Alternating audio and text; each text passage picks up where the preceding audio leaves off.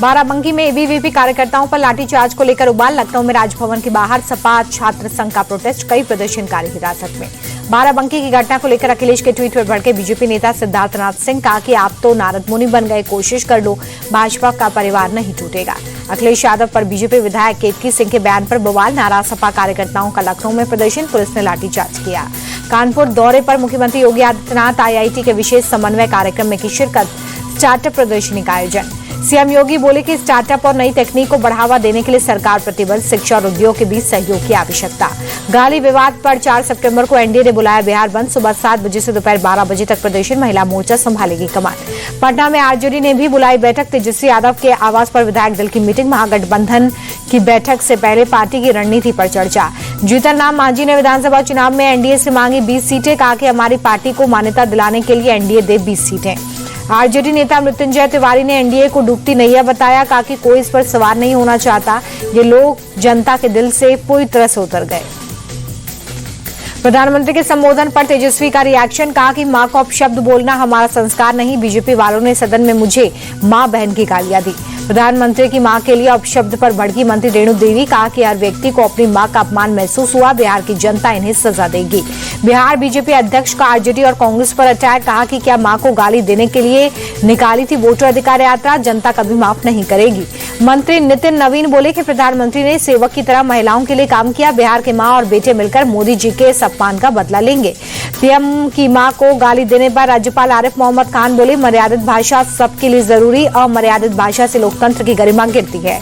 पटना में जेडीयू दफ्तर के बाहर उर्दू और बांग्ला टीटी अभ्यर्थियों का प्रदर्शन, रिजल्ट जारी कर बहाली कराने की मांग, धर्म के आधार पर भेदभाव का आरोप। जयपुर में विधानसभा में कांग्रेस का प्रदर्शन, स्कूलों की जर्जर हालत को लेकर शिक्षा मंत्री के इस्तीफे की मांग।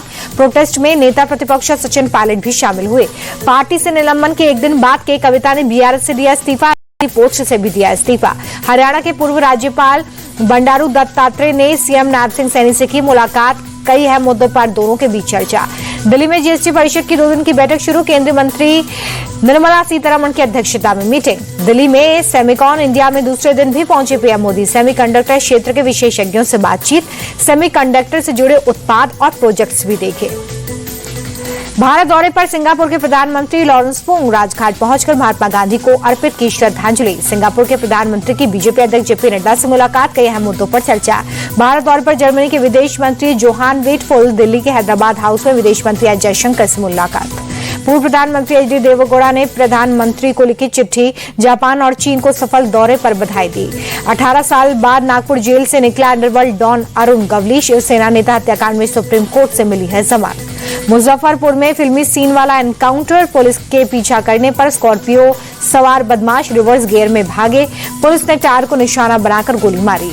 कन्नौज में सपा का हिस्ट्री शीटर नेता कैश खान गिरफ्तार, मुखबिर की सूचना पर पुलिस ने घर में दी दबिश। कोर्ट के 6 महीने के जिला बदर होने के आदेश के उल्लंघन पर कार्रवाई। मुख्तार अंसारी के कब्जे से खाली कराई गई जमीन पर आम जनता के लिए 72 फ्लैट्स तैयार, इस महीने के अंत में शुरू होगी आवंटन की प्रक्रिया। आगरा में धन परिवर्तन गैंग का भंडाफोड़, 3 महिलाओं समेत 8 आरोपी गिरफ्तार, गरीब और बीमार लोगों को चमत्कार का झांसा देकर बनाते थे ईसाई। दिल्ली में यमुना नदी के बढ़ते जलस्तर से टेंशन बढ़ा, खतरे के निशान से ऊपर जलस्तर, यमुना का जलस्तर 207 मीटर के पार। दिल्ली में रिंग रोड के बेहद करीब तक पहुंचा पानी, निगमबोध घाट में भी पानी भरा, घाट पर बने मंदिर और मूर्तियां डूबे। दिल्ली के यमुना बाजार इलाके में 5 से 6 फीट भरा पानी, लोगों को सुरक्षित स्थान पर किया जा रहा है शिफ्ट, एनडीआरएफ की टीम तैनात। दिल्ली में मॉनेस्ट्री मार्केट में घुसा बाढ़ का पानी, दुकानें बंद, सामान समेटने में जुटे दुकानदार। दिल्ली में आईएसबीटी के बिल्कुल पास तक पहुंचा यमुना का पानी, वासुदेव घाट पर सैंडबैग लगाकर पानी रोकने की कोशिश। सैलाबी संकट को लेकर दिल्ली सरकार अलर्ट, मंत्री परेश वर्मा ने आईटीओ बैराज का दौरा किया, कहा दिल्ली सुरक्षित, हालात कंट्रोल में, लोग निश्चिंत रहे। जम्मू कश्मीर के भद्रवाह में नदियों और नालों में जबरदस्त तूफान, भारी बारिश के बाद नदियों का रौद्र रूप दिखा। जम्मू में भारी बारिश से तबाही, तवी नदी में बाढ़ से बहा पुल, लोगों की परेशानी बढ़ी। भारी बारिश के कारण जम्मू श्रीनगर NH-44 बंद, गाड़ियों की आवाजाही रुकी, सड़कों पर कई जगह पर जल भरा। पुंछ में लगातार बारिश के चलते 2 इलाकों में लैंडस्लाइड, मुगल रोड प्रशासन ने किया बंद। श्रीनगर में लगातार बारिश से बढ़ा झेलम नदी का जलस्तर, लोगों से सावधानी बरतने की अपील। रियासी में भारी बारिश से उफान पर चेनाब नदी, प्रशासन अलर्ट, लोगों को नदी किनारे न जाने की सलाह। अखनूर में चेनाब नदी का रौद्र रूप, कोटली गांव के कई घर पूरी तरह से जलमग्न, पलायन को मजबूर लोग। भारी बारिश से बाढ़ की चपेट में कुलगाम के कई इलाके, प्रभावित इलाकों के लोगों को सुरक्षित जगहों पर शिफ्ट किया जा रहा है। हिमाचल में मंडी के सुंदरनगर में भारी बारिश के बीच लैंडस्लाइड, मृतकों की संख्या बढ़कर 6 हुई, कई घरों को नुकसान पहुंचा। हिमाचल में बारिश के बीच लाहौल स्पीति में सीजन की पहली बर्फबारी, कंजम टॉप बर्फ की सफेद चादर से लिपटा, तापमान में भी गिरावट दर्ज। अल्मोड़ा में लैंडस्लाइड का हैरान कर देने वाला वीडियो, लैंडस्लाइड की चपेट में आने से एक युवक गंभीर रूप से जख्मी हुआ। घायल युवक को एक स्थानीय शख्स ने अपनी जान पर खेलकर बचाया।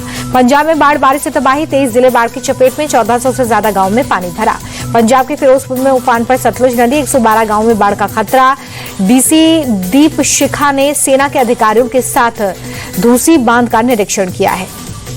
अंबाला में भारी बारिश ने बढ़ाई मुसीबत, डिप्टी कमिश्नर दफ्तर में भरा पानी। भारी बारिश के बाद चंडीगढ़ के रोज गार्डन में भरा पानी। इस रोज गार्डन में 1600 प्रजातियों के गुलाब हैं।